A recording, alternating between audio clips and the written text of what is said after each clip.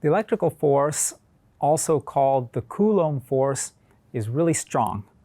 If you have two charges, positive and negative, they'll be attracted to one another. Let's compare the Coulomb force to the force of gravity. It turns out that both of these forces are inverse square forces, meaning that the strength of the force depends on the distance between the two objects. Neither of these are approximations, by the way, is correct in certain extreme environments. Newtonian gravity is not really accurate near the edge of a black hole. For instance, you need general relativity to make proper predictions. And the Coulomb force is kind of an approximation to quantum electrodynamics. But for the kinds of forces that we're familiar with on a day-to-day basis, these simple formulas here are highly accurate. What I'd like you to do is compare the constants. So let's first look at the gravitational constant g. It's got 10 to the minus 11 power in SI units. But the Coulomb constant is 10 to the positive 9th power. We have 20 orders of magnitude difference between these two forces, and you've probably noticed this in your daily life. A tiny kitchen magnet stuck to the side of a refrigerator can overcome the entire gravitational attraction of the whole Earth because the magnet sticks to the refrigerator rather than fall to the ground. Just a few properly placed electrons in the magnet are all that are needed to overcome the gravitational force of the Earth. So it's very interesting that both of these forces happen to follow inverse square laws, because this directly results in orbits that are stable. In the case of the Moon orbiting the Earth, for example, the orbit has been stable for eons. The Moon doesn't really spiral down or spiral up due to gravity, and its orbit is pretty much periodic, with a rate of repetition of 1 revolution per month. This same stability holds the solar system together and holds the Milky Way galaxy together too. When we then think about the Coulomb force, this inverse square law is also responsible, in a way, for the stability of electron orbits around atomic nuclei in atoms.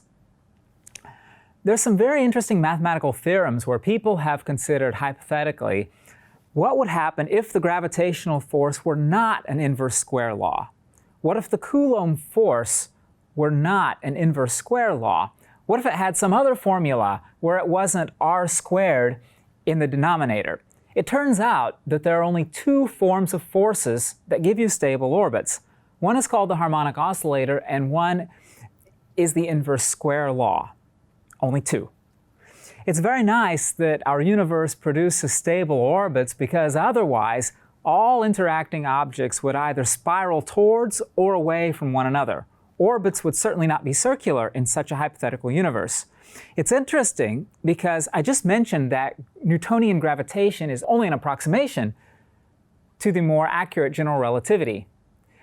So what this actually means is that in reality, gravitational orbits are a little bit unstable and do indeed decay over time, but only a little bit and very, very slowly, fortunately. Because the Coulomb and gravitational forces have the same mathematical form, let's talk about atomic binding energy by considering first the motion of planets around the Sun. Now we know that electrons are not actually little spheres in orbit. It's a little bit more complicated than that. But if we're going to compare Newtonian gravity to the Coulomb force, then it's a suitable comparison because mathematically these two formulas are the same. Let's take a look at a toy model of Earth and Venus in orbit around the Sun. Now, obviously, this is not to scale, but we're going to simulate Newtonian gravity accurately. I picked these two planets, Earth and Venus, because they have very similar sizes and similar masses. The mass of the Sun is 10 to power 30 kilograms, and you might notice that Earth is orbiting a little bit further out than Venus. Earth orbits 149 million kilometers from the Sun, and Venus at 108 million kilometers. Therefore, Venus is orbiting a little bit faster, so it doesn't fall down into the Sun. Both of the planets have nearly stable circular orbits. I like to think about gravity as being warped space.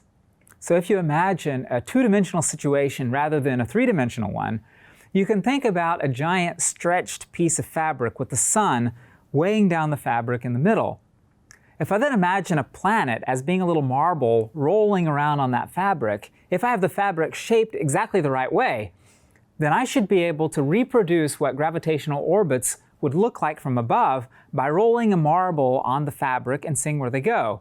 So the stretched shape you're seeing here has been calculated to give exactly the right curvature so that objects rolling around on it would produce paths that are identical to paths they would take if they followed the rules of Newtonian gravity. Let's now animate the movements of Venus and Earth around the Sun. Venus is a little bit closer to the Sun than Earth, or equivalently, you can say that it sits deeper within the Sun's gravity well. You might notice that Venus is orbiting the Sun faster than the Earth is. The orbits are periodic and more or less circular. I have a good reason to show you this model because we can learn something very interesting about solids, and that's the following. In the simulation, both the Earth and Venus are bound to the Sun. I mean, their orbits are nice, beautiful circles. Neither planet will deviate much from their circular orbits and fly out of the solar system away from the Sun. They don't spiral down and crash into the Sun either. And that's what's very nice about Newtonian gravity. In simple systems, orbits are stable, thank goodness. But let's say that hypothetically, we want to eject the Earth from the solar system so that it would exit its stable orbit and never come back to the solar system after that. How much extra kinetic energy would we need to give the Earth for that to happen? It turns out that we would have to impart to the Earth an additional kinetic energy of 2.6 times 10 to the power 33 joules. But for Venus, we would have to give it a little more because it's starting off in a lower orbit. In other words, for a planet that orbits closer to a star, if it's roughly the same mass as another planet orbiting further away, you would have to give it comparatively more energy if you want to tear it away from the star it's bound to. And I hope that you can appreciate that the same thing must be true for electrons in orbit around atomic nuclei as well. Electrons that are orbiting far away from their atomic nuclei are easier to strip away than those electrons which are orbiting close to their atomic nuclei. In the calculation here, what I've done is to start off with the velocities that the Earth and Venus currently have in their orbits. And then I compared these numbers to the escape velocity, and I calculated the required change in kinetic energy to alter the velocity using the well-known formula delta E equals the difference of 1/2 mv squared, where m is the unchanged mass, and we have the final and initial velocities v. By the way, you might be used to the units of joules to express energy. Quite often, we use a different unit, the electron volt, which is also a unit of energy. 1 electron volt is the energy you need to move 1 electron through a 1 volt potential. It's the definition of an electron volt. This is a graph of the stretched fabric solar system showing the Earth and Venus in their orbits with the Sun in the middle. What I've labeled here is the escape energy. How much energy would we need to give the Earth for it to escape the solar system is indicated by the distance between the arrows, and how much energy we would need to give Venus in order for it to escape away from the Sun from its orbit is also indicated. Obviously, Venus needs more energy if you're going to knock it out of its orbit than the Earth does, because it starts off deeper in the Sun's gravity well. This is analogous to the situation of an electron in orbit around an atomic nucleus. It's easier to strip off outer electrons that orbit farther away from the atomic nuclei than it is to strip off core electrons, which orbit more closely. Now, looking at the stretched fabric system from a slightly different angle now, let's consider what would happen if, hypothetically, we had another star passing through the solar system. Would this affect the orbit of the planet? It's easier to talk about a slightly simpler scenario.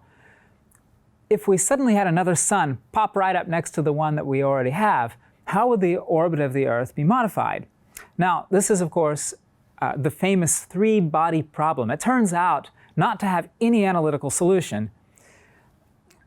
Mathematicians have fretted over this problem before somebody finally discovered that there is no solution. And when I say no solution, I mean there's no analytical solution, or no solution that you can write down with a formula. You can always solve the problem numerically, though, and that's what I've done in the next simulation.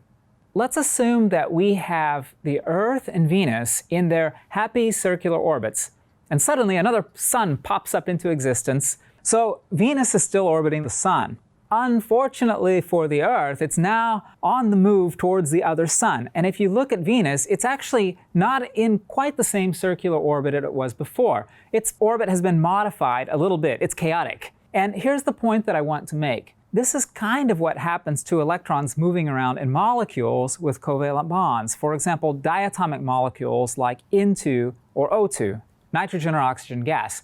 When you put two atomic nuclei nearby one another, the core electrons will stay bound to just one atom's nucleus. And all of the electrons will stay bound to the system as a whole, just like in the situation shown here with two stars. Both Venus and Earth stay in some kind of orbit around the two-star system as a whole, but the more loosely bound orbits are modified more when the system is disturbed. Let's now take a look at an even more complicated situation. What if we had 16 suns? Now it's going to be kind of hard here in the next simulation to keep track of the Earth. I'm not going to show Venus in the animation because Venus always stays bound to just one sun in this setup. I'm only going to show the Earth, and you need to look closely to keep track of it. So there it goes. Earth is shooting out on that star. It's moving all over the place, though.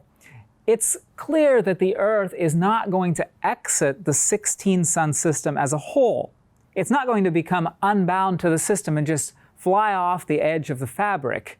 But it does migrate all over the place within the 16-sun system, from sun to sun in a somewhat chaotic way. And this is a single energy orbit. After the Earth was launched, no extra kinetic energy was added to the Earth externally. It's just falling around the system due to gravity. It just has one energy. Let's now imagine that these suns represent atomic nuclei, and the little Earth is an electron moving around. Then this is kind of what happens in solid crystals, where you have many evenly spaced atomic nuclei. In solids, the inner electrons, corresponding to Venus, each stay bound to a single atomic nucleus. They don't go anywhere, but when you have a lot of other atomic nuclei nearby, and some of the more loosely bound electrons might start to roam around all over the crystal, just like what we've seen here with a single Earth roaming around a 16-sun gravitational system. Now this is a plot of the orbits and the three systems we just simulated, looking down from above. And as I mentioned before, the stretched fabric model of the gravitational force means that these plots of the orbital trajectories are accurate, as if the little Earth or Venus were in free space orbiting under gravity rather than rolling around on a frictionless piece of fabric. So if you only have one sun, you get nice circular orbits for both Earth and Venus. If you have two suns, and they're the right distance apart, you will get kind of a nice figure 8 orbit for the Earth. Venus has a kind of slightly chaotic orbit, but anyway, it's still bound to a single sun.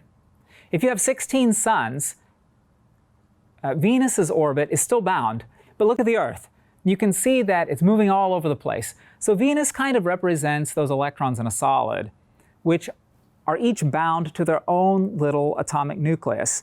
And the Earth, in this analogy, kind of represents those electrons where they are more loosely bound and can participate in electrical conduction as they're free to move around the crystal or to move from atom to atom inside the crystal. Now, this certainly isn't true in every solid. It's not true in solid sodium chloride salt, for example, because it's not a conductor, but it's true in metals. And even in this 16-sun analogy, the Earth is still bound to the system as a whole,